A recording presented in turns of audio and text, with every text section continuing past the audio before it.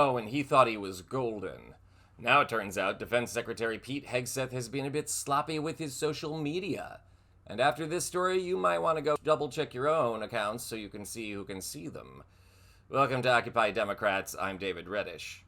So, former Fox News host, documented philanderer, Islamophobe, booze enthusiast, and current Defense Secretary Pete Hegseth came under a high degree of scrutiny during his confirmation hearings. Revelations into his past included the time he got drunk and tried to accost dancers at a strip club, his comments about why women shouldn't serve in combat. Can we look at that again? You don't like women in combat? No. Why not? I love women service members who contribute amazingly because everything about men and women serving together makes the situation more complicated, and complication in combat means casualties are worse. That has not aged well. His hearings also revealed allegations of domestic violence in past relationships, that he got his current wife pregnant while they were both married to other people, and that he has a white Christian nationalist tattoo. Other details included his misappropriation of funds from several veterans' charities he once ran. He also expressed support for an accused war criminal, former Navy SEAL Eddie Gallagher. Hegseth had a defense of all his reprehensible behavior. Senator, as I've acknowledged to everyone in this committee, not a perfect person, not claiming to be. But no, I just asked a simple question. You've taken an oath, like you would take an oath to be Secretary of Defense and all of your weddings to be faithful to your wife. Is that correct? I have failed in things in my life, and thankfully I'm redeemed by my Lord and Savior Jesus Christ. In final. I'm sorry, that clip really bothers me. God does not generally show up to congressional hearings when subpoenaed, and if he did, I have a feeling he would not be testifying on behalf of Pete Hegseth.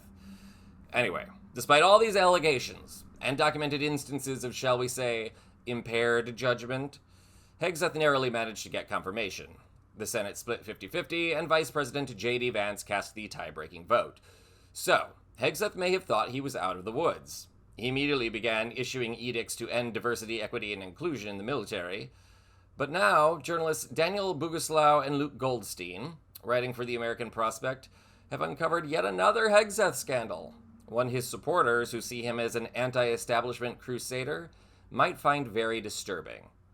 It turns out Pete Hegseth forgot to make his Venmo profile private, and an examination of his friends list shows some strong connections to major defense contractors.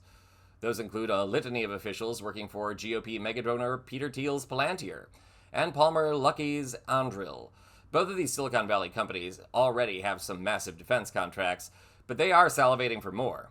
The two companies also formed what the American Prospect calls a joint cartel to compete against other, more established defense contractors such as Boeing.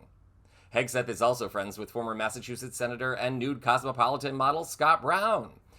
Brown currently has a job as a corporate lobbyist. His organization, called the Competitiveness Coalition, fights antitrust legislation. Hegseth is also friends with at least 3 major officials at United Health Group.